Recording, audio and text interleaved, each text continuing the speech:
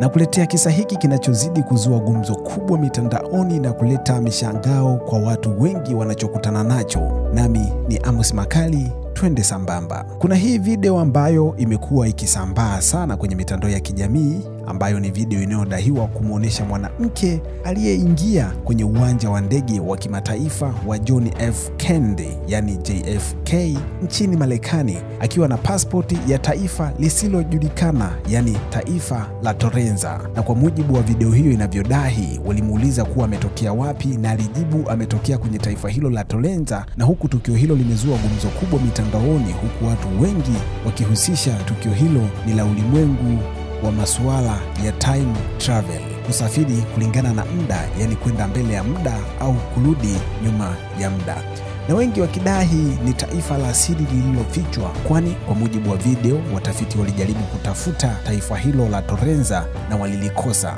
Lakini kwa uchunguzi tulioufanya, tukienda nami pamoja presenter Amos, tumegundua kuwa video hiyo sio ya ukweli, bali kisa hiki kiliundwa kwa kutumia teknolojia bandia, yani AI. Twende pamoja, nami ni presenter Amos kukuletea habari mbalimbali zinazozua gumzo.